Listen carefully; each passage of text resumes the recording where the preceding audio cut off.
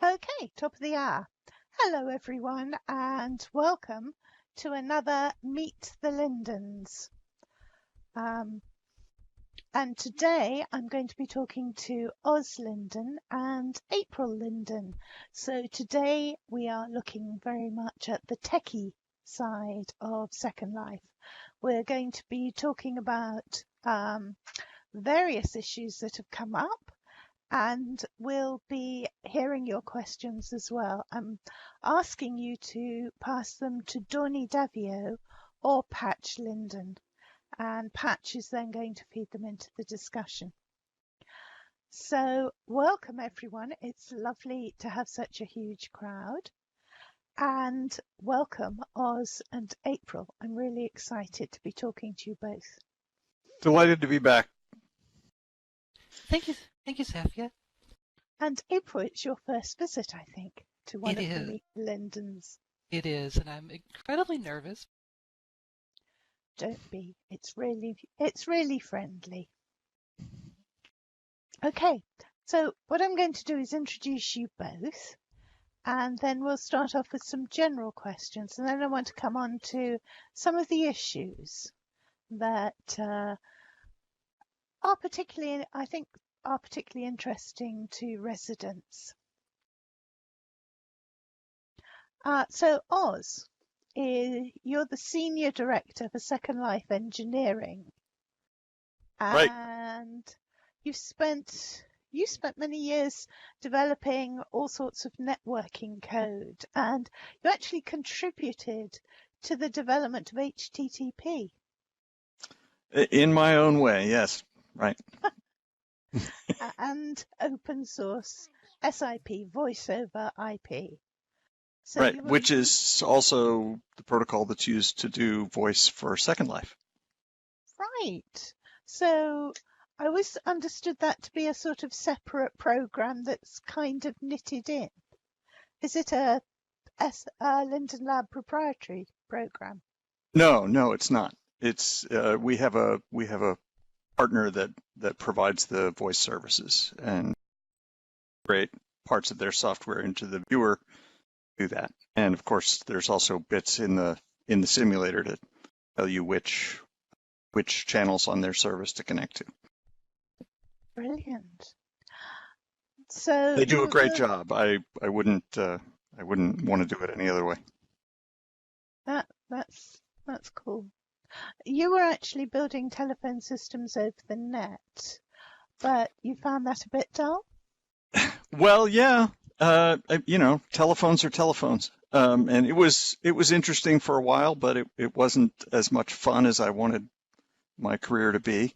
But the particular product I worked on was also open source, and so I developed quite a bit of experience on how to do open source and how not to. And when a friend of mine that was working here at the lab heard that I was looking for something more fun to do, she suggested that I check this out, and it was my experience with open source that got me in here and got me involved, and then my role just evolved after that. Right. So were you actually a resident before you became? I had made my first Second Life account, I think probably 3 or 4 years before I ever even thought about working at the lab. And I had done a few things with it, but at the time I didn't have a very good computer, and it was pretty difficult to use. So I'm not, or I wasn't then much of an online gamer, and so I just didn't have a good setup for it. I did end up using that account for some of my job interviews, though. I had about half of the job interviews I did with the company were in world. Were you judged on things like your dexterity in walking upstairs? I have no idea what I was judged on, actually, but it was. But I think it has always been my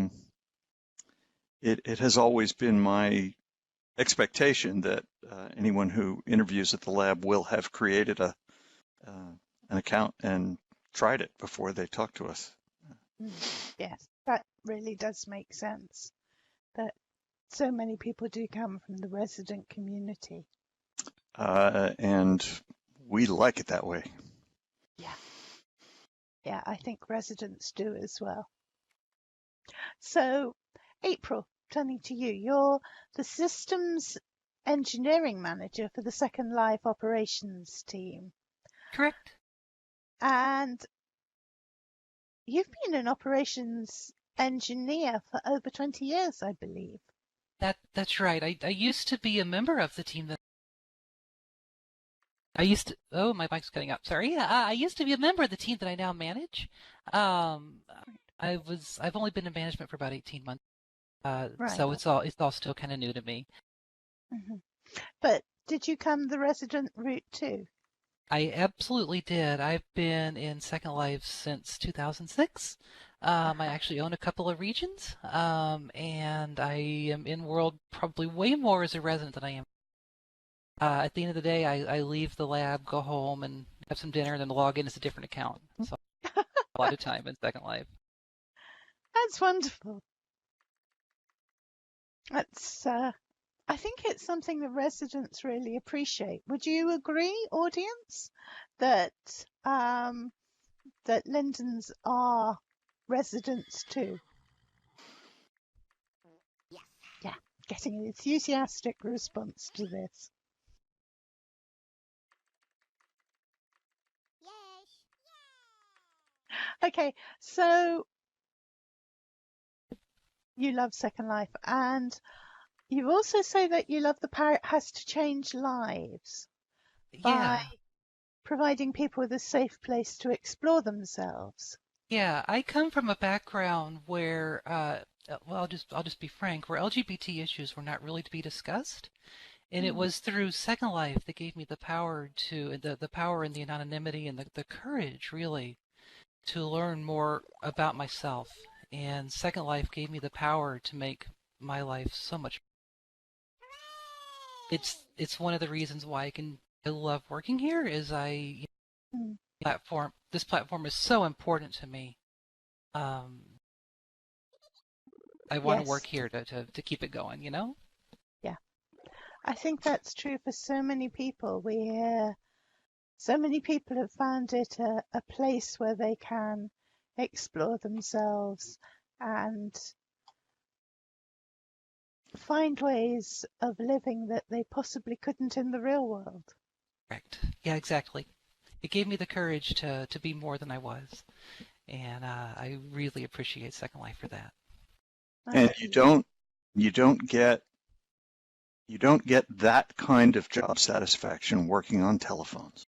No, no. I've only been in the lab for 5.5 years, and this is way more fun than anything else I've ever done, and way more meaningful.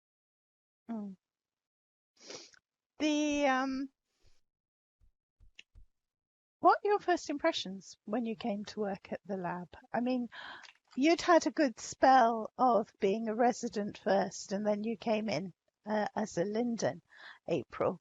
Oz, you came in, hadn't done that much. Well, you'd been in Second Life a bit. But what were your first impressions when you came into the lab?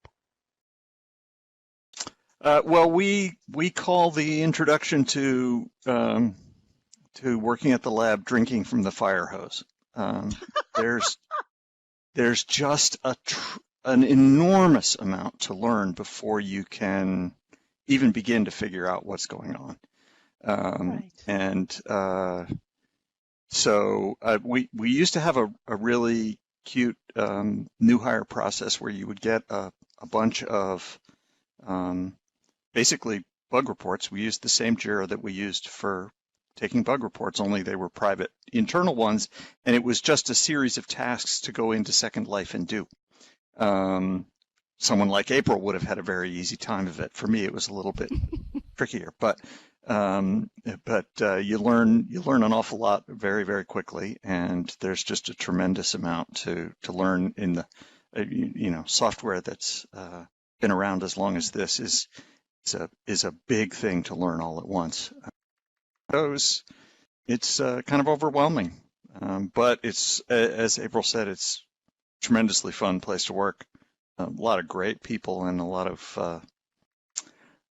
fascinating lore to learn, as well as the technology. Yeah, coming from the resident side, and being as somewhat of a tech geek, I'd spent years trying to figure out and make guesses about how did Second Life. Yes. And come to find out, I got, I had the stuff that I had guessed was nothing like what it was actually like, but that's the way it went down.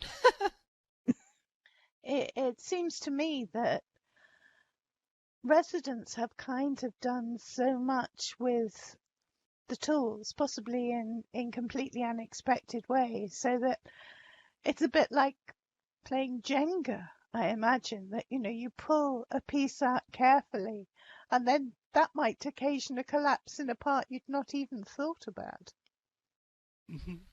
It's probably our most common reaction to a really new bug report is person will describe, I've been doing such and such for a long time and it has this effect and that works and I've built my entire Second Life around being able to do this, and your latest release of the viewer or the server or whatever breaks that, and our usual first reaction is, that worked?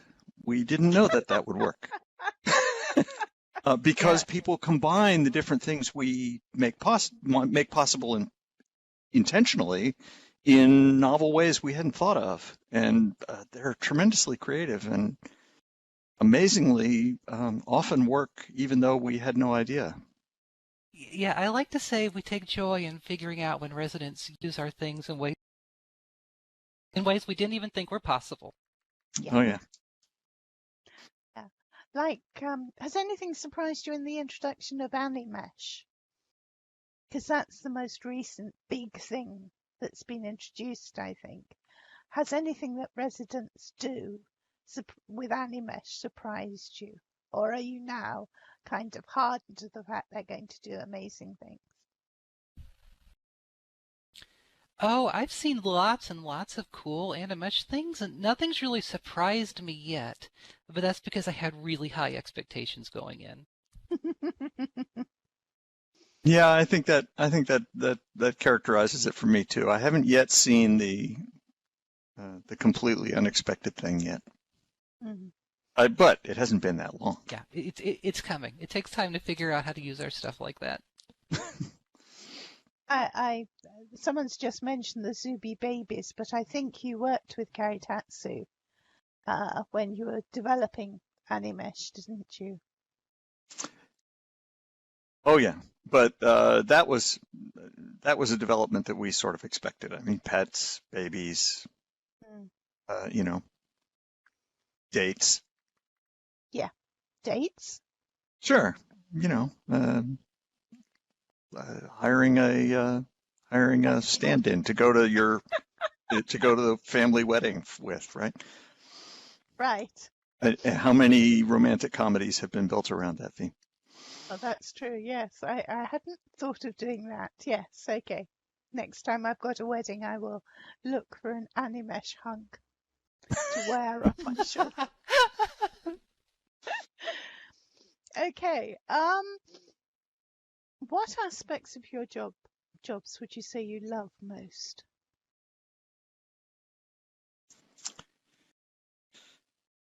Gee, that's tough. I think hearing about the positive effects that people have in their own real lives from Second Life is really the most fulfilling thing. It's really the best, and we get a pretty steady stream of those. Every now and then there's somebody will write to someone, and of course we circulate these stories internally, and that's great. You don't get that working on web browsers or telephones, much less the other stuff I worked on long before. Yeah, and Oz kind of stole my thunder. The same's kind of true for me. It's the thing that I love most about Second Life are the residents that are here in this room. The fact that people are, that we help folks and we it's just it's rewarding to me. And no matter how, even when I'm having say a really bad day, I'm likely just to I'm likely to go hang out with some folks. I'm likely to go hang out with some folks in World for a little while just to remind myself why I do what I do here, and it's always really rewarding. Yes, it is, isn't it? Okay, so let's flip that slightly and say, what do you find most challenging? Another toughie. No, there's lots of difficult technical challenges, and those are pretty much always there. Of those, I would say that the big challenge is always figuring out how to introduce something new and better, how to improve something without breaking the way it used to work. Maintaining backwards compatibility, which is something that we really try to do. We don't always succeed, but we try hard to maintain more backwards compatibility across a wider range of systems than anywhere I've ever heard of, really. I mean, it's just a very difficult problem. And that involves being able to use backward compatibility not just with with older operating systems as well. Yeah, sometimes the operating systems, but also the user content, right? We try hard not to break content that people have built in the world, and that's especially challenging because we often don't know about it until it breaks. Yes, because you just had no idea that the residents had merrily been doing something. Right. I remember an example of that was something that people were using to create mailing systems. So an update broke kind of all the mailing systems because no one had ever thought that people would be using this to do mailing systems. I can imagine. Yeah, the challenge on my side of the house is we're the folks that run the servers that make Second Life go. And so when there's an outage, we're the ones that have to spring in to try to go fix it. Right. My team's the one that gets paged in the middle of the night when the grid is unhappy. And the challenge from there is, one, Second Life is so complex and so diverse because it was built by many generations of Lindens over the last 15, 16 years. And each subsystem that Second Life has is a little different because each one is designed by a different group of people who are, some of whom may be with the company, may not be with the company. It's just, we have to figure out each little piece and how it works, and we have to do it while Second Life is down and while we're rushing to try to get the grid back up. That's the adrenaline rush that you get when you work. I can imagine that must be really tough if you can't actually go in and see what's gone wrong because it's gone wrong. Yeah, things will break, and the thing that caused it is something we weren't even sure could even do that. But we've got to figure all that out as we. It can be pretty astonishing to read through the chat, the online chat conversations that April's team has to try to figure things out. They're just an amazing group of people who have a really incredible set of skills. It takes a special group to do this, and my team's what we do. We live for this. You live for the grid breaking. Well, I wouldn't put it that way. We live to fix things.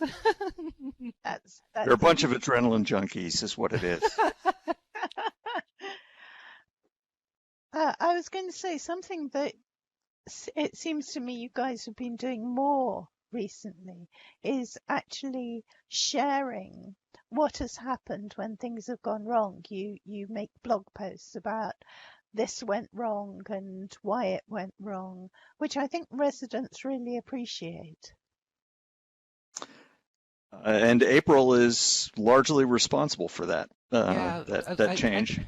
yeah, I can talk about that since Hmm. I am a resident, at heart, and come from the resident side. When I get equally frustrated, like I run events in World News sometimes, and before I was a Linden, I wouldn't like it when the grid that the grid misbehaved when I was trying to run. Hmm. So I've off from that, and so when things right, I like to share what happened. It helps, just helps make us look like we're, look makes us look human, and so yeah, this is what happened, and what we're trying to do to keep from happening again, Hmm. and You're breaking up a bit, April. I'm not quite sure why. yeah, I just shoved the mic further into my face. We'll see if that helps.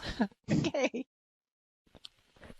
So yes, I think people really appreciate the blog posts. I mean, I do.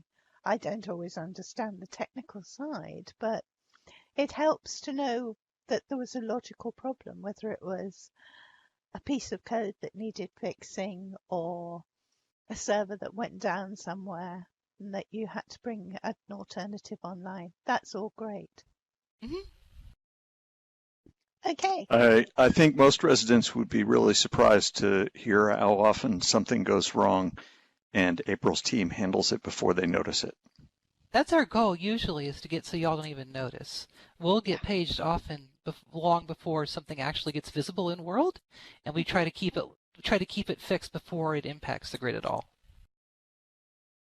That's wonderful. Yes, it's we never think about the ones that get solved before they really become a problem. But Yeah, yes, I can yeah. imagine a lot of those. Okay, so I was going to ask about some of the things that have been coming recently. Are you happy, Animesh? Are you happy with the way that's been going? From a product rollout point of view, I think so. I don't know, April. From an operations standpoint, that's not something that really impacts us a whole lot. So I can't really speak from a professional standpoint on Animesh, because that's all stuff that the viewer's doing, that magic that it creates without really changing a whole lot on the server side. But as a resident, I love seeing the stuff, but I don't really have any expectations because it's not really impacts operations very much. Right. Another innovation that's coming through, I wondered where we're going with the bakes on mesh. That one has had a whole bunch of rounds of small problems. The most recent one is working its way through the deploy pipeline even as we speak. But I think it's going to turn out to be a great thing. It turned out to be a little bit more difficult than we expected, and there was a little bit of feature creep. New things that got added as we went along, because the folks in the content creators user group said, well, and for example, there was the addition of being able to make the right and left arms different, have different layers on them, Wow. which was a new thing, and that surprising number of those turned out to have little glitches that messed something up somewhere.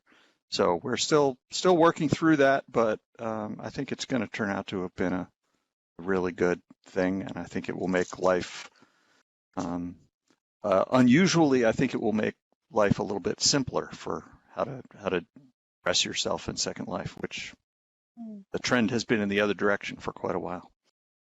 Yes.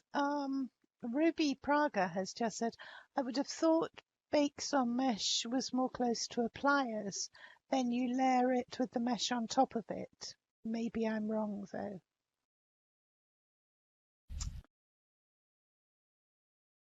Well, it's essentially another approach to solving the same problem that pliers are meant to solve.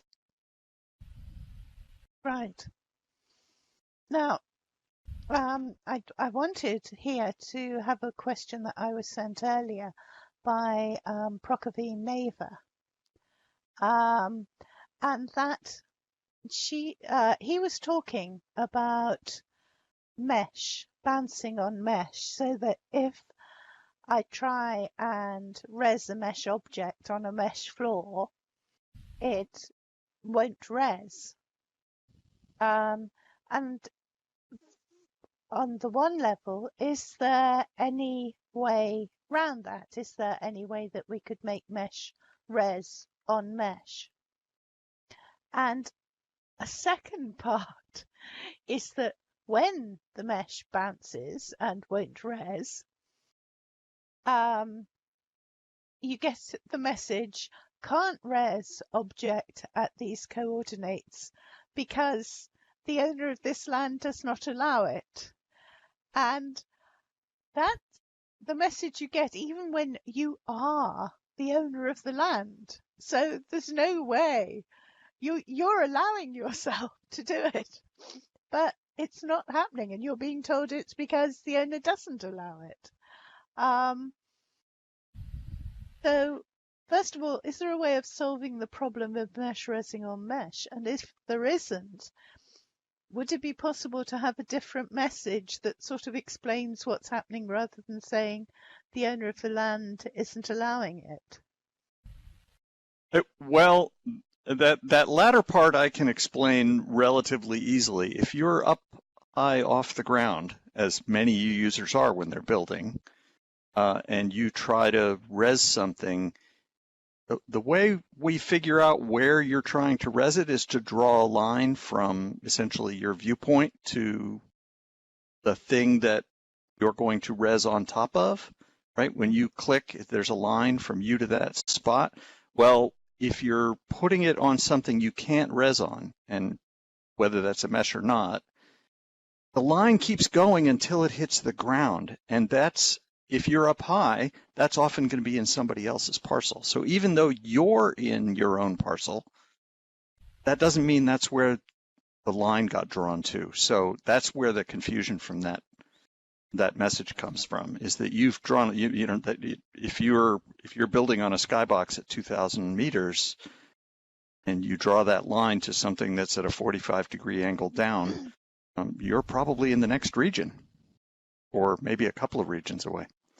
So it's kind of difficult to do that. The why it's difficult to do the physics to make it res on top of the other mesh has to do with what the physics representation of the mesh is. So it's a little tricky. Right. So it's unlikely that that thing can be changed. Well, it might be improved slightly, but it is a confusing situation. Right. I think this is something most of us have experienced, so it's really useful to hear this. Thank you. Okay. I'm going to ask a couple more questions, and then I'm going to start taking questions from Patch in the community. So let's have the discussion on last names, something that people are asking for years. Okay, I'll give you the short form quickly, and then we can keep talking about it. The short form is last names wouldn't have been difficult. Last names would have been pretty easy. In fact, we basically still do last names. It's just that we give everyone the same last name. The hard part, and I may have contributed to making it the hard part because I overestimated how difficult, or rather underestimated how difficult it would be. The hard part is allowing you to change your name. what we didn't want to do was say we're going to reintroduce last names but you can't ever change your last name, which means all of you who got, quote, stuck, unquote, with the last name resident are just out of luck and you have to create new accounts. That didn't seem fair. So we said we shouldn't just reintroduce last names. We should give people the ability to change their name. And that turns out to be the tricky part. It turns out that every part of Second Life, absolutely everything, was built with the assumption that your name can never change. And that means that lots of things treated as something that can be cached, and the cache never needs to be cleaned up or updated. And it has to be, and we have to go back and find that assumption everywhere in Second Life. And that's a lot of code. So we're working on it. We're sort of knocking it down one system at a time. Yeah, you would have thought that it was always based on a key. It wasn't always. And the trick is that despite the fact that it was not maybe the best way to do it, to be saving names in different places, it always worked because names could never change. So it's the changing part that's working on it. But we are working our way through that process, and we're getting there. We're making progress. We'll get it done eventually. Anyone who's been to any of my my regular user group meetings knows I don't talk about making predictions about when things will come out until it's so close that I just can't be wrong. As Oz and I sometimes joke, turned out this was a really hard problem. Like a really hard problem, and we didn't quite realize how hard it was until we started actually trying to do it. I can just imagine. I mean, okay, this is the nightmare scenario, and I don't want to freak anyone out here, but just imagine if you got to be able to change your name and your inventory didn't recognize the new name, and suddenly you'd lost your entire inventory. Right. That would be like the major nightmare. That's the kind of stuff we're trying to not have happen. Yeah. That's exactly what we don't want to have happen. Yeah. So we're working on it, and we are making progress. Yes. I think we're all behind you saying, yes, we really want you. We want last names, but we want you to get them right. We're behind you with this. Okay. Yeah, we're working on it. It's we're making progress, and it'll be out eventually. Okay. So tell me about EAP and what's happening with EAP. So you remember I said that we always try to maintain backwards compatibility, and we aren't always perfectly successful? I'm afraid EAP is one of those projects. So in case you're not familiar with the acronym, it's an Enhanced Environment Project. It's upgraded Windlight, for those of you familiar with the historical term. So a bunch of new environment effects, and most importantly, the ability to save the settings as an object that you can put in your inventory, that you can pass to other people, that you can buy and sell. So we're doing those, and there are some new settings, including things like being able to change the length of the Second Life day so that you can make it match, for example, particular geography. So in my region, the day-night cycle matches the day-night cycle at my home in New Hampshire. So my meetings generally take place in the daytime in the world, and it's the same time of day at my house. So that's pretty neat, and it's a lot of fun. And the project we didn't quite manage the backwards compatibility as smoothly as I had hoped to. So there have been a few things that have shown up, black stars on old viewers. But it's getting very, very close. It's had anytime our experience has been that anytime we touch the actual rendering system, that draws the graphics, it's a very difficult process, in large part because there are lots and lots and lots of options, and so we end up with a lot of things where if you've got advanced lighting mode on and shadows off and projectors on, but shininess on high, then you get something that looks different than it used to, and we try to get those to the same. But getting them right for all cases and all the possible combinations of options is pretty much a nightmare. So, responding to the comment in chat about get sun direction, actually,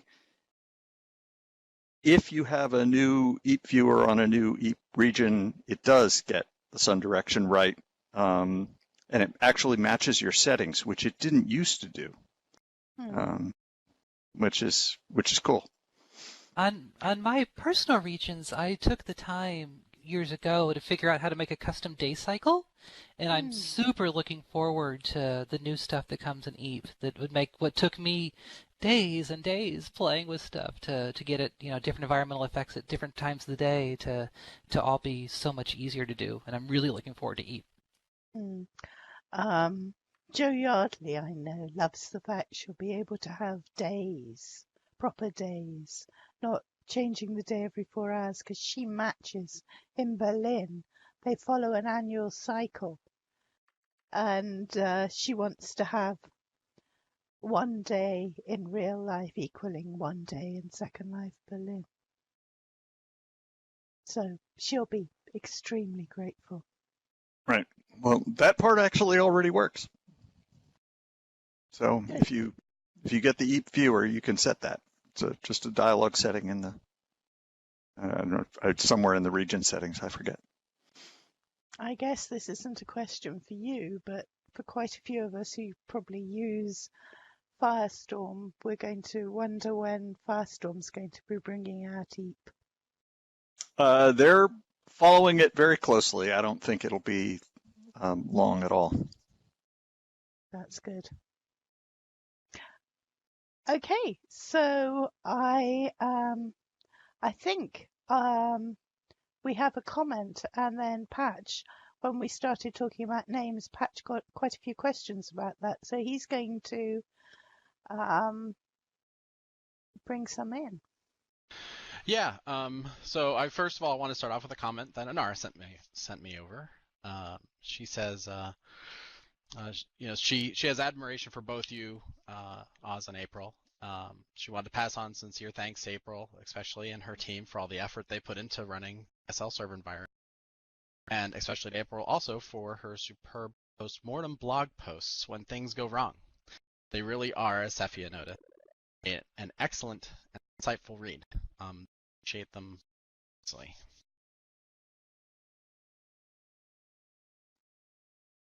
Yes, they are.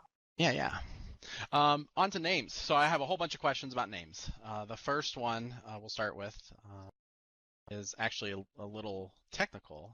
It's really an inquiry around how we plan to implement the name changes. What are our thoughts on how we're going to handle things like changing names, match the names of partners, or something like that in World? Are we going to be able to maintain the same surnames we have, so like the legacy surnames that are out there, and or are we going to have to pick from names, or are they going to be locked into using surnames at all? The current plan is that you will have to pick from a list, which the number of names on the list is not decided upon, and how frequently they will change is not decided upon. They will change from time to time, like it did before. We, at this point, don't plan to reuse any of the names that were used before resident became the default. So people with those names will still have old names. I'm aware that is seen to be a valuable thing. So we'll keep that the way it is. We have talked about accepting suggestions for what names should be added to the list. We haven't gotten to that point yet, but that certainly seems like a possible thing. It's certainly not a technology problem, obviously. So there will be, probably a web page off your account page somewhere that you can go to select a new name. You will be able to put in an arbitrary name for the first name part, Yes. but that will still have to be unique. The combination of your new first name and your new last name will have to be one that has not been used by anybody ever.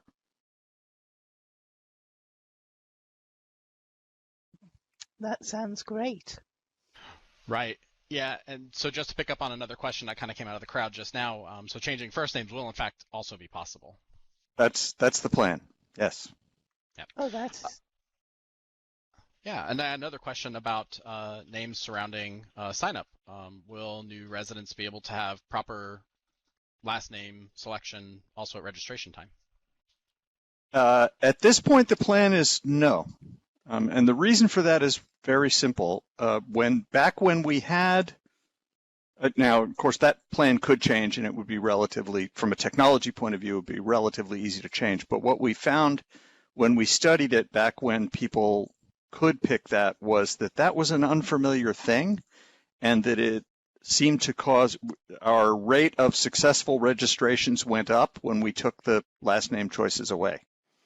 You'd be surprised at how difficult, at how many different places there are in the whole new user experience to give up. And it turned out that was one, that that's people were interesting. bothered by having to pick a last name. So we'll give them the default name, which will probably remain resident. And, we don't want to scare people off just by making them pick a second name. That's interesting. I mean, I can remember it was quite difficult for me to decide on a second life name, so I can understand how that it would have been off-putting for many people. Yeah, we do a tremendous amount of measuring what happens, especially in the new user process. And then I have kind of a converse question to all of this too. Folks are asking, of course, if they could keep their current last name as resident if they wanted to. I think that's already kind of been implied, but. Oh yes, that's going to be the default. Yep, sounds like it, especially if it's still going to persist through registration. Couple of folks have asked about costs and/or why would we want to not offer this as a free option at the point of sign up or join? Our intention to just monetize off of able to introduce name changes. Well, I think I sort of answered that. Is that it intimidates people, it bothers people to have to pick a name at login, so we'll just do that for them and let them get into World and discover all the really good stuff. And then changing a name, it does actually have both a social cost within the World and a complexity outside the World, and it's not the sort of thing you want people to be able to do too frequently. It creates trouble. So one of the ways that we slow down things we don't want to go too fast is by charging money for them. Yeah, that makes sense. do you think you would do that rather than just saying, hey, you can change? Well, I suppose if you change names once, maybe people who form relationships and want to share partners' names would want to change a second time. Right. And we don't plan on, at this point, the plan does not include changing, putting artificial limits beyond the fact that it costs something to do it on your ability to change names. We might end up introducing something that says you can only do it once a week or something if it becomes a problem, but or something of that nature. But gosh, that sounds so horribly complicated. It's bad enough with people giving themselves names with strange characters. If they were changing every week and shooting up and down my friends list, could be a nightmare. Yeah, I had a couple more questions too come in. If someone changes their name, like say they're on my friends list, would I be notified in any way that their name changed, or is that something I'll just have to discover on my own? We haven't addressed that. That's an interesting question. I can see providing maybe an update for your friends. That might be a good idea. We haven't discussed it. It will begin showing up as the new name. Yeah. Excuse me. Yeah, I think also secondary to that implied is, of course, would that person after having changed their name still remain on, my friends list? Yes. That's among the things that we have to make sure still works before we'll let people change names. Excuse me.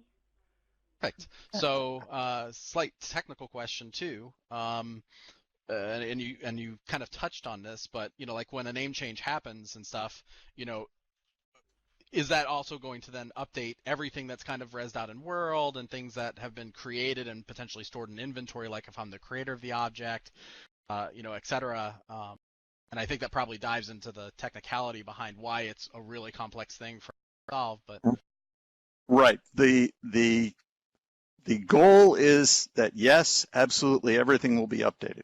Now, it's almost certainly true that there will be some period of time during which that won't be perfectly correct because remember I said there are lots of places where names are saved temporarily in caches and you may not get the update instantly everywhere.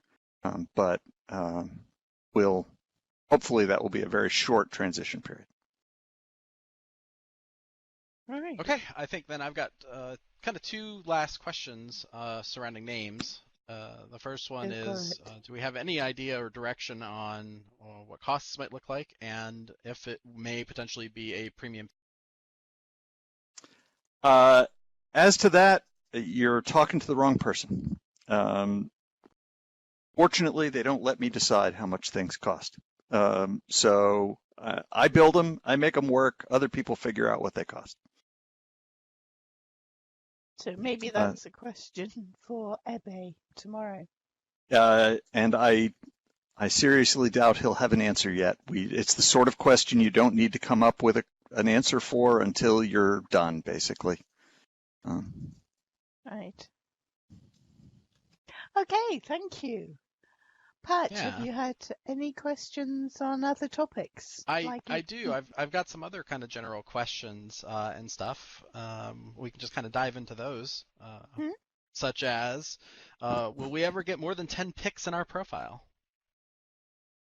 Ooh. Some of you probably will. Yes.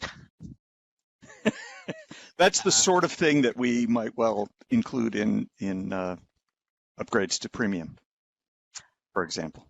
Aha. Well, that kind of essentially arbitrary limit is the sort of thing that we usually consider for account level changes, that kind of thing. So it's certainly possible.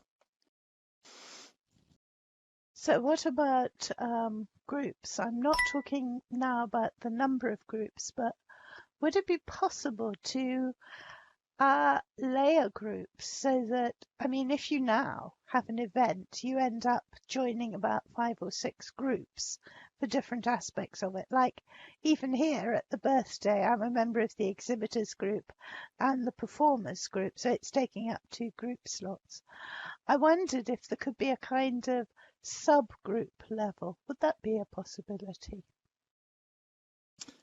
We haven't talked about it. As the one of the challenges with groups is that they've ended up being used for a lot of different purposes, and at this point, the efforts we've focused on with groups have mostly been with improving the performance and reliability of the group messaging systems. So we've got some changes in progress for that now, actually. Oh, that'll be interesting. So, Patch, have you got another general question for us? I do actually. This one probably leans more on the viewer side of things, maybe even for April. Sunshine Heart wants to know, is it true that the new Mac Pro finally meets the minimum system requirements for Second Life? I have no idea. She threw Linden dollars at me to ask this question. I don't know why. I can only imagine why. In a more serious line, her question really is probably, is there any motion towards moving Second Life to Metal on Mac OS X? Oz, you want to say something? Well, there's 2 things on that. We know that Apple is making changes with respect to OpenGL, and that will be a challenge for us. And most importantly, I have an open rec to hire a senior graphics developer to add to the viewer development team. And I am desperately trying to hire that person. So if you know a senior graphics developer out there, anybody, please send them our way. And I'm not going to comment on what we're going to do technology-wise, other than to say we're going to try to make the rendering pipeline both more stable and faster, so that we can do lots of cool things in the future. But I need another developer to do it with, so please send them my way. Right. Yes, we had had. First here. Yeah, This is a job opportunity. that's right. If you're a graphics developer, this is a job opportunity. And you will not. Texas is fine. Texas is fine. The Second Life team is very distributed. So don't rule yourself out based on location. If you're in the U.S., there's a reasonable chance that we can hire you or relocate you. That's one of the really cool things about Linden Lab. For example, my entire team, the entire team of folks that I work with, I'm the only one that ever goes to an office with any amount of regularity. All my folks are work remotely. It's just a thing that Second Life allows us to do, because having meetings is easy because we have. I work from home. It would be hypocritical of me to insist that people be in one of our relatively few offices. But we do have offices here and there. If you like offices, we've got offices in Seattle, San Francisco, Boston, Atlanta. And I'm in the office, the headquarters now in San Francisco myself. Are you taking applications only from the US, or do you take them from other countries as well? At this point, that's the assumption. If for the perfect candidate, I will go to eBay and argue. Okay, so if you're a graphics developer anywhere in the world and you are awesome, please apply. Especially if you have experience with Second Life, because we always like to hire residents. It's our top hiring priority right now. So I know that moles actually come from across the globe, and that's something we'll certainly be talking about on Friday, I think. So there are roles you can have with with Linden Lab, even if you're across the world. All right, ready for the next? Yes. So, are there any changes coming to profiles in the viewer? They've looked the same for a real long time. It'd be cool to maybe see some new stuff happening there. What's coming? I'm sorry, you broke up at the very beginning of that for me, Patch. What? Profiles. Are there any changes coming to profiles in the viewer? Oh, yes, there are. In fact, I think there's a project viewer out for that now. We're putting isn't right? So April, there is, and I'm using it. Yeah, there's a we have a project right now out there to look at some of the older style profiles. Mm-hmm.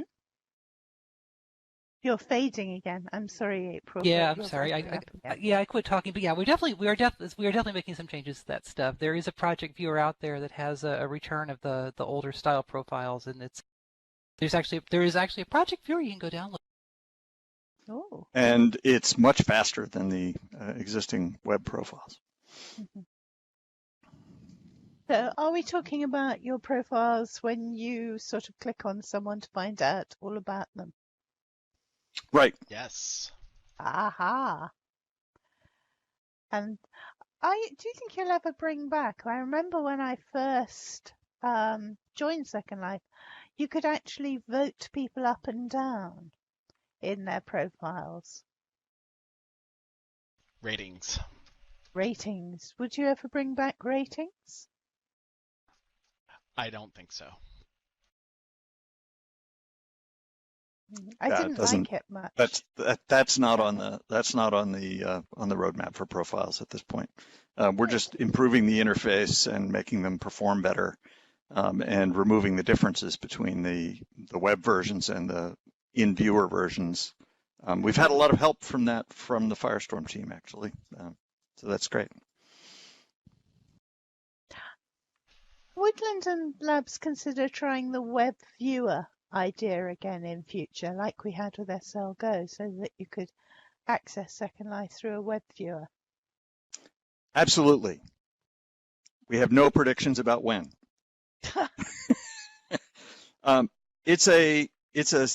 We know enough about it now to know that it's definitely possible. It works pretty well.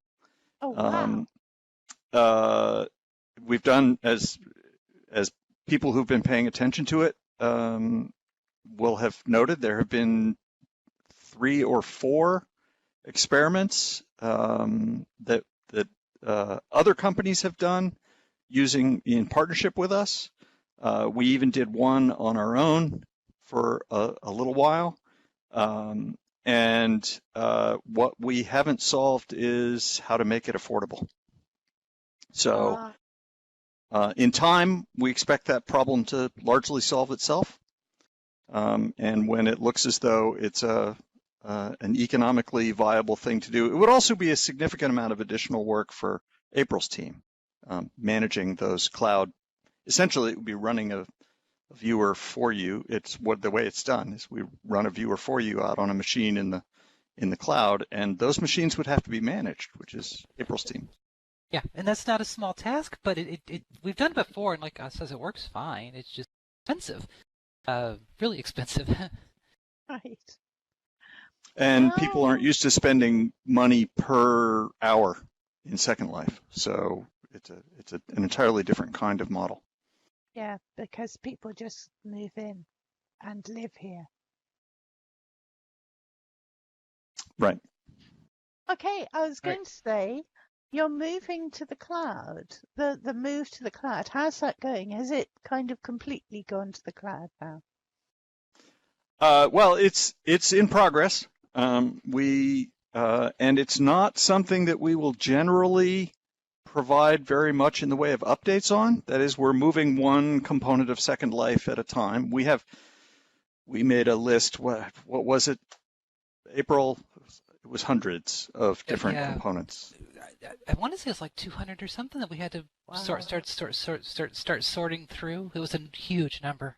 Yeah. So and we're converting each of those things,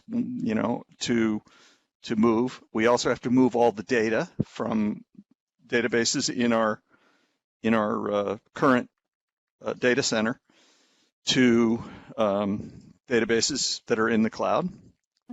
And generally speaking, we will avoid telling you when we've moved something, because our experience is that whenever we mention that we've changed something, we begin getting lots of bug reports that blame that. And that kind of confuses the issue. Very often it's nothing related, has nothing to do with it. But it sort of muddies the waters. So we're trying to do good science and make everybody unaware. And then if we get bug reports, if, for example, we were to move the login subsystem, then we started getting a lot of bug reports about I can't log in, we would know that those two things probably had something to do with each other. Right. Whereas if we had moved the inventory system and we started getting lots of bug reports about login, we would know that that probably wasn't the same thing. So right. There are some things we've moved, and April's team is largely responsible for this. April, we moved inventory, most of the inventory. Yeah, over the last, anywhere between 2 to 6 months ago, we started migrating inventories to the, and we have finished that process. And I'm not aware if anybody even really knows. So right. we're happy about that. We didn't tell you, and we didn't get the bug reports. Right. All of which is good. Yes. Well, I must say my inventory, touch wood, seems to be fairly stable at the moment, and I'm not going to tell you how many items I've got in it. Well, I can tell you that the cloud servers are way faster than anything that we ever had, and it's actually helped make things better because the new ones are way newer and way more efficient than anything that we ever had on our own. So it's been helpful. Yeah, it certainly seems very stable. Well, we're trying to make more changes to make inventory even more stable and more easier for us to work on. So, but the database contents have been moved. Not all the software that accesses it yet, but we're working on that part too. So, some months after we've done something, we might mention it, but unlikely before then. Casually, in passing. Second Life birthdays down the line. Oh, yes, we did that. Right, something like that. Okay. Patch, any more questions for us? Oh, yeah. So I have a question for April. What's an example of a problem that would be in progress but doesn't immediately affect the residents? Oh, that's a really good question. That's when we are actively working on something, but we don't necessarily expect any impact to the grid itself.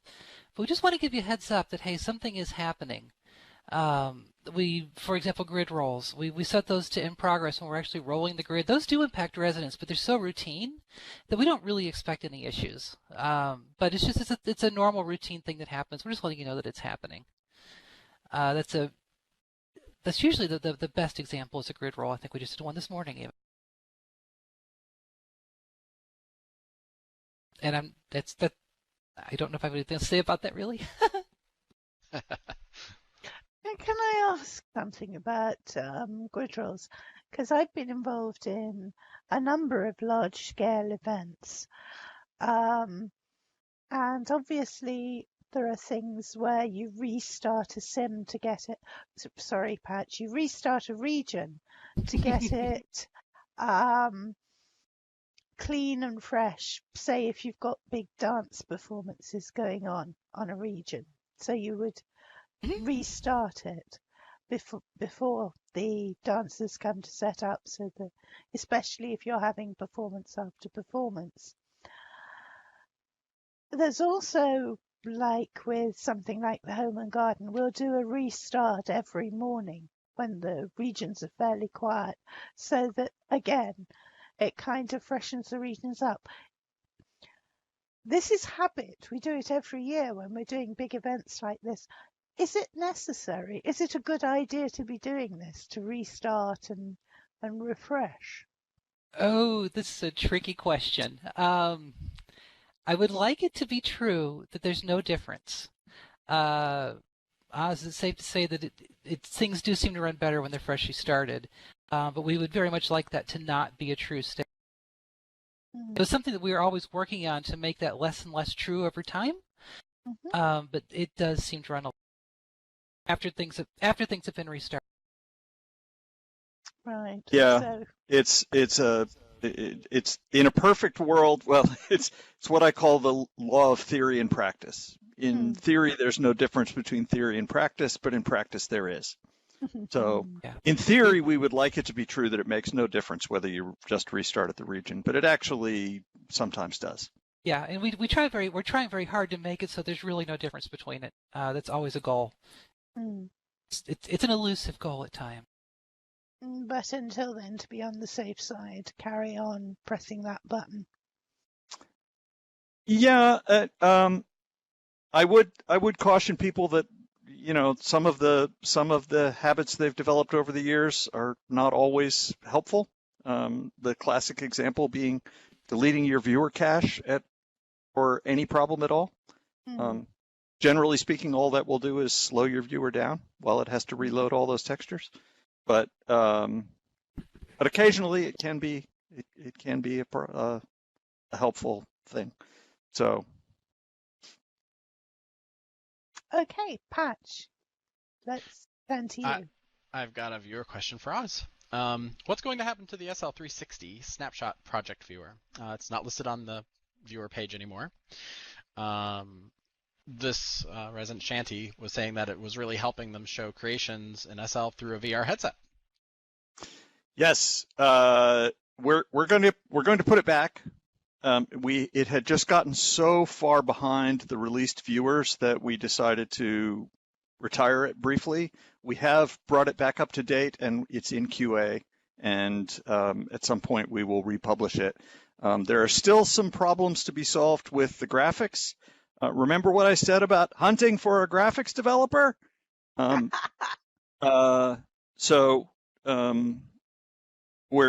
are working on it. We're committed to doing that one. We will get back to it. We will finish it, and I will not give you a date. Soon, team. Right.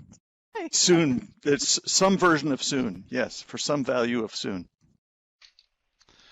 Another general viewer technical question. Why is there such a low limit on texture memory, and would a higher setting really make that much better experience? Currently at 512 megabytes on our, whereas most modern cards support gigabytes worth of RAM.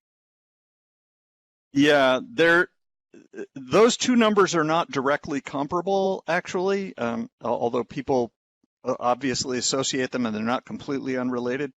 But on the short answer is yes, we will make that bigger.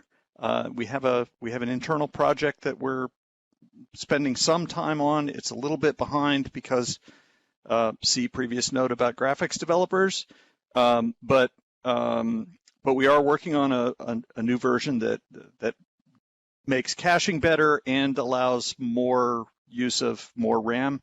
The main reason that limit has stayed so low over the years is that we have a lot of users that have very old, very quaint computers. And if we allow people to set that too high on those systems, it's extremely bad. and we can just crash people before they even get a chance to get in, and it's very difficult to support. So, and it turns out that the very old software those people are often running lies about how much memory is available. So it's very difficult to detect in advance and prevent it. So we are committed to trying to make that number bigger for high-end users, but it's a little bit tricky. And there is a project where we've done it. And when you see the, I will make sure it's highlighted in the release notes when that makes it to the public stage. Yeah. Don't run Windows 98.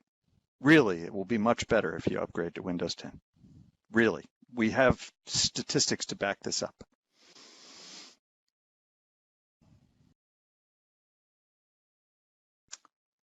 Okay. Patch, how many more questions are we looking at? I still got a small handful. I have a question about mobile. How are things coming along with mobile viewer development? I think we'll have a sort of a early alpha version soon, for some value of soon. I mean, it's actually coming along. The early versions this is only going to support logging in and chat, as far as I know. I think that'll probably be it in the first version, but there should be a version out to test at some point in the not too terribly distant future. So it's kind of Radagast viewer. In terms of functionality, yes, right. It will be. I'm not thinking of it, the first few versions at least, as a viewer so much as a communicator. It's a way to maintain communication with Second Life without actually having to bring up a whole graphical interface, which I think for people who do business in Second Life will be a very helpful thing. Question in relation to that. Is there any work planned or on the table for making our various web properties, Marketplace, SecondLife.com, etc., more mobile web browser friendly? Oh yeah, the web team is very much into that. So anytime we touch anything, they're trying to make that better. Some of them, Marketplace being a pretty conspicuous example, are big and complicated, and doing that as well as we'd like is a very, very big job that will have to take several rounds. But we're working on that. Brilliant.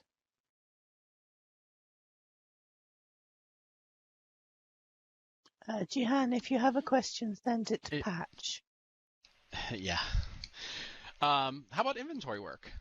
There hasn't been much talk about if we have any plans for doing any work with inventory. There's actually two particular questions, both relation to structural changes, or any improvements to the interface of inventory, like thumbnail viewing, stuff for texture previewing. At this point, our work on inventory is mostly focused on stability and performance. We don't really have much in the way of, on the short-term roadmap at least, in the way of changing the UI. That's the sort of thing, though, that any open source developer who wants to improve the inventory user interface from the viewer, we will be more than happy to support that effort from our side and take a contribution for it. And I have no doubt that it could be improved. That's not hard to imagine.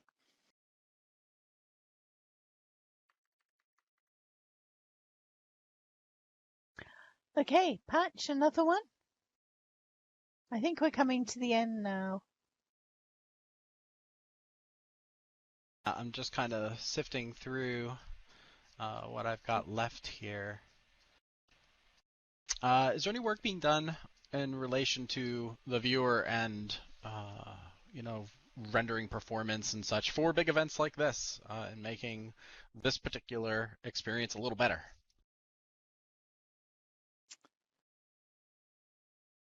Well,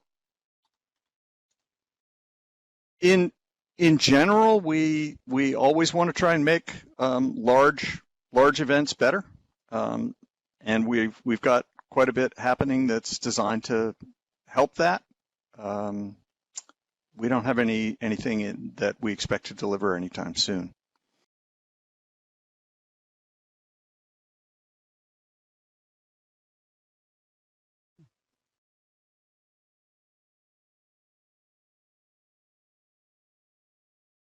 Okay. Someone sent a question directly to me. I'm not sure if any of you can answer this. Maybe you can.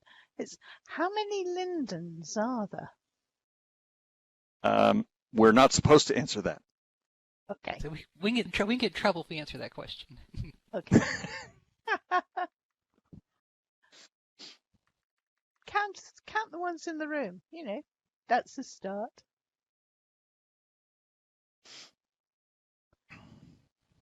Enough that it makes a really good party. How's that? That sounds good. We've got three One on last the question. stage. Huh? Yeah. I got one last question about the cloud if we want to hit on it. Okay. Go for it. With the move to the cloud, is there any plan at some point in the future to offer larger region sizes? Ooh. I would not say that there is a plan. We have done some experiments, and some of the results were encouraging and others were terrifying. But we'll see.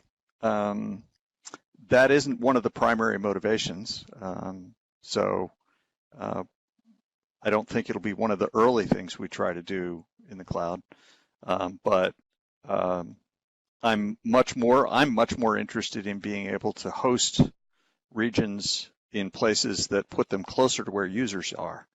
Right now, all regions are hosted in a single data center in the US, and that makes the speed of light limits how good the performance can be and the responsiveness of Second Life can be if you're very far away. Europe, Asia, Australia, someone was commenting that they were in Australia.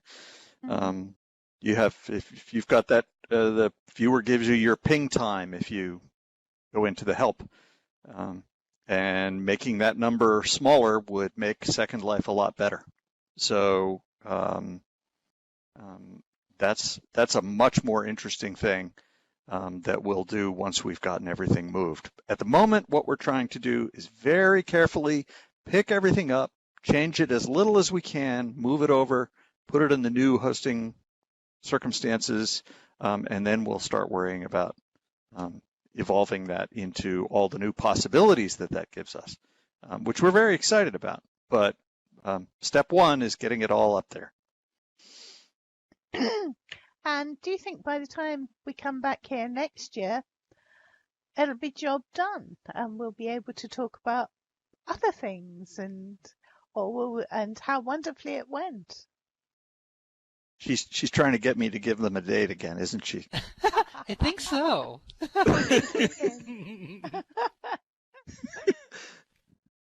Well, I Not thought it'd be a quite nice subtle note to enough. end on. I thought it'd be a nice note to end on, because we're coming to the end now of the questions. Yeah, I've got my team behind me saying go Sappers. Yeah. Okay. Oz, April, thank you so much for coming here today and talking to us. It's been brilliant and really enlightening. And I'm sure everyone here would like to echo a big thank you. I'd also like to say thank you to Patch for helping moderate this and all the other Lindens and Moles out there who've been keeping this on track.